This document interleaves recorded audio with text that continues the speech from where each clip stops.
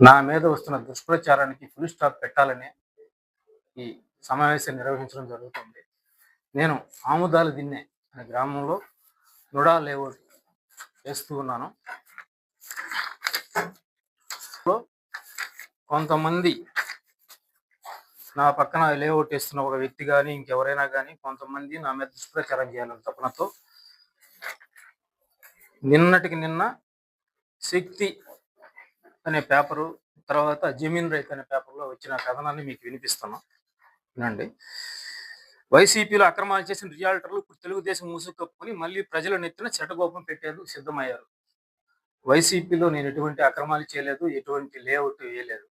10 ఏళ్ళు వైసీపీలోనే ఉన్నాను, కానీ నేను ఎటువంటి లేఅవుట్ వేయలేదు, ఎటువంటి వ్యాపారం చేయలేదు. ఫస్ట్ తర్వాత ఆముదాల దిన్నె సమీపాన్ని ఎమ్మెల్యే కావ్యకృష్ణారెడ్డి సామాజిక వర్గానికి చెందిన ఒక రియాల్టర్ 16 ఎకరాల్లో లేఅవుట్ వేశాడు. అంటే ఎమ్మెల్యే సామాజిక వర్గానికి చెందడం నా నేరమా, లేదంటే నా సామాజిక వర్గానికి ఎమ్మెల్యే చెందడం ఆయన నేరమా? అంటే నేను ఏదైనా తప్పు చేస్తే ఎమ్మెల్యే గారు తప్పు చేసినట్లేనా? సామాజిక వర్గంలో ఎవరు తప్పు చేసినా ఎమ్మెల్యే గారు తప్పు చేసినట్టేనా? దీంట్లో 16 ఎకరాల్లో ఒక రియాల్టర్ 16 ఎకరాల్లో లేఅవుట్ వేశాడు. అక్కడ వేసింది 12 ఎకరాలు మాత్రమే. ఈ లేఅవుట్కి నుడా అనుమతులు లేవు. నుడా అనుమతులకి అప్లికేషన్ పెట్టున్నాం, నుడా అనుమతులు ఇంకా రాలా. సుమారు 8 పారుదల కాలువలను తన లేఅవుట్లో కలిపేసుకున్నాడు. మీ దగ్గర ఏదైనా ఎవిడెన్స్ ఉంటే 8 పారుదల కాలువలను నేను కలిపేసుకుని ఉంటే నేను ఎక్కడికైనా వచ్చేదానికి సిద్ధం. మీరు అధికారులను సంప్రదించి రాశారా? ఇరిగేషన్ సంప్రదించారా? మన సర్వేర్ మండల సర్వేని కానీ సంప్రదించి మీ దగ్గర వాళ్ళ దగ్గర వివరణ తీసుకున్నారా? మీ దగ్గర ఏమైనా రుజువులు ఉన్నాయా 8 కాలువలు ఉన్నట్టు? తర్వాత ఎలాంటి అనుమతులు పొందకుండా ప్రజలకు ప్లాట్లను అంటగట్టేశాడు. నేను ఎవరికైనా ఒక్క ప్లాట్ అమ్ముంటే, ఒక్క ప్లాట్ రిజిస్టర్ చేసి ఉంటే ఆ రిజిస్ట్రేషన్ డాక్యుమెంట్ నా దగ్గరికి తెస్తే మొత్తం లేఅవుట్ వదిలేసి నేను వెళ్ళిపోతాను. అక్రమంగా ఎలాంటి అనుమతులు లేకుండా ప్రజలకు ప్లాట్లను అంటగట్టడం అంటే ఎలా అంటే నేను చూపిస్తాను. నా పక్కన ఉన్న వ్యక్తి 2 ఎకరాలు 3 ఎకరాల్లో లేఅవుట్ వేసాడు. దానికి నుడా అనుమతులు లేవు, ఏమీ లేవు. 4 ప్లాట్లు అమ్మేశాడు, 6 ప్లాట్లు అమ్మాడు. 6 ప్లాట్లకు సంబంధించిన డాక్యుమెంట్లు, ఫ్లాట్ నెంబర్లు కూడా చెప్తారు. ఎవరికి అమ్మాడు? సోమిశెట్టి ఉమామహేశ్వరరావు అనే అతనికి flat number 7, 8 flat number 7, 8 registration చేశాడు. దీంట్లో మీరు ఎవరైనా సరే దీంట్లో ఎంత నీటి ఇరిగేషన్ కాలం ఆక్రమించాడో, దీంట్లో ఎంత ఇరిగేషన్ కాలువ పక్కన బఫర్ జోన్ ఉంటుంది ఆక్రమించాడో మీరు తెలుసుకోండి. దీంట్లో సగం ఇరిగేషన్ కాలువ ఉంది, దానికి సంబంధించిన బఫర్ జోన్ ఉంది. తర్వాత ఇంకొక 4 ప్లాట్లు గాదంశెట్టి మారుతి బాబు అనే వ్యక్తికి ఇంకో 2 ప్లాట్లు అమ్మాడు. 4 ప్లాట్లు అమ్మాడు, సారీ 5, 6, 9, 10 నెంబర్లు గల 4 ప్లాట్లు అమ్మాడు. ఎట్లా అమ్మాడు? దీనికి నుడా అనుమతులు ఉన్నాయా? లేవు. నుడా అనుమతులు ఉంటే తీసుకురావచ్చు. నుడా అనుమతులు లేకుండానే గోకుల కృష్ణ డెవలపర్స్ అనే పేరుతోటి లేఅవుట్ వేసి 6 ప్లాట్లు అనధికారికంగా అమ్మేసి సొమ్ము చేసుకున్నాడు. సో ఆ ప్లాట్లో కూడా అనధికారికంగా ఇరిగేషన్ కాలువలు, దానికి సంబంధించిన బఫర్ జోన్లు ఉన్నాయి. మీరు ఎవరి చేతనే అధికారం చెప్పి ఎంక్వైరీ చేయించగలరా? చేయించండి. ఇది అనధికారికంగా అమ్మడం అంటే. అతని గురించి ఎవరు వార్త రాయారు. ఎమ్మెల్యే నా సామాజిక వర్గానికి చెందడం నేను చేసిన నేరమా?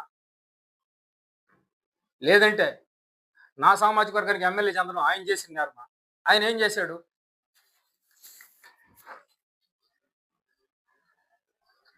తర్వాత ఒక బడా పెద్ద వేసిన 16 ఎకరాల లేఅవుట్ విజిలెన్స్ అధికారులు ఇటీవల విచారణ నిర్వహించారు. మీకు విజిలెన్స్ అధికారులు ఏమైనా చెప్పారా? నా లేఅవుట్లోకి వచ్చినట్టు మీ దగ్గర ఏమైనా ప్రూఫ్ ఉందా? విజిలెన్స్ అధికారుల దగ్గర మీరు ఏమైనా వివరణ తీసుకున్నారా? లేదు. విజిలెన్స్ అధికారులు వస్తున్నారనే సమాచారం తెలుసుకుని తన లేఅవుట్లో ఉన్న బోర్డును హడావిడిగా తొలగించేశాడు. విజిలెన్స్ అధికారులు వచ్చారా? వచ్చినట్టు నిరూపించండి. అధికారులు కూడా తూతూ మంత్రంగా తనిఖీలు నిర్వహించి చేతులు దులుపుకొని వెళ్ళిపోయారు. మళ్ళీ యథావిధిగా బోర్డులు వెలుస్తున్నాయి. ఇది ఇలా ఉండగా ఈ రియల్ ఎస్టేట్ల అక్రమాలను విచారించేందుకు విజిలెన్స్ అధికారులు రాగా వారికి స్థానిక తహసీల్దార్ సహకరించలేదని తెలిసింది. ఇదే మాట మీరు పోయి తహసీల్దార్ని అడగండి. ఆయన దగ్గరికి ఎవరు వచ్చారు? నా లేఅవుట్ గురించి విచారించడానికి విజిలెన్స్ అధికారులు వచ్చారా? ఆయన సహకరించలేదా? దాని గురించి మీరు అడగండి. నేను సహకరిస్తా. ఈ రియాల్టర్ వ్యవహారం హాట్ టాపిక్ గా మారింది కావాలో. ఓకే, శక్తిలో ఇదే స్క్రిప్ట్ ఒకరిదే, అది ఎవరిదో నాకు తెలియదు. స్క్రిప్ట్ ఒకరిదే, పేరాలు అటు ఇటు మారి, జస్ట్ స్క్రిప్ట్ ఒకరిదే, పేరాలు అటు ఇటు మారిని ఎంత దుష్ప్రచారం చేయాలో అంత దుష్ప్రచారం చేస్తున్నారు. ఇక్కడ కూడా సేమ్ 16 ఎకరాలు మీరు పోయి కొలుచుకోవచ్చు, 12 ఎకరాలే దానికి. సేమ్ అదే మ్యాటర్ ఇక్కడ కూడా. ఇక్కడ ఏం రాస్తున్నాడు? స్థానికంగా ఒక బడా నేత అండదండలు ఉన్నాయనే ధైర్యంతో ఈ అక్రమాలు కొనసాగుతున్నాయని ఆరోపణలు వినిపిస్తున్నాయి. దీంట్లో ఏం అక్రమాలు ఉన్నాయి? ఏం అక్రమాలు చేశాను? ఏ నీటి పారుదల కాలువలు ఆక్రమించాను? ఏం అక్రమాలు జరిగినాయి? ఏ రైతులు కడుపు కొట్టాను? ఒక్క రైతన్నా మీకు వచ్చి కంప్లైంట్ చేశాడా? ఎక్కడ అక్రమాలు జరిగినాయి? ఇది నిరూపించే ధైర్యం ఉందా ఈ రాసిన వ్యక్తికి? నాకు నుడా పర్మిషన్ లేదు, ఓకే, నేను ఒప్పుకుంటా. ఇదేంటిది? నుడా పర్మిషన్ కోసం నేను పెట్టుకున్న అప్లికేషన్ 10,000 రూపాయలు చలానా కట్టాను. వాళ్ళు ఇచ్చిన demand number BA number 11050003 LP నుడా 2026. ఇదే నెంబర్ నేను బోర్డు మీద వేశాను. బట్ కొన్ని సర్వే నెంబర్లు తప్పులు పడడం వల్ల ఇంకా నాకు ఈ స్క్రూట్ని పూర్తవ్వలేదు. స్క్రూట్ని పూర్తయిన తర్వాత నాకు టిఎల్పి నెంబర్ వస్తుంది. సో నుడా వాళ్ళు నాకు ఏం చెప్పారంటే, అప్పటిదాకా మీరు బోర్డు పెట్టడానికి లేదన్నారు కాబట్టి నేను బోర్డు తీసేసాను.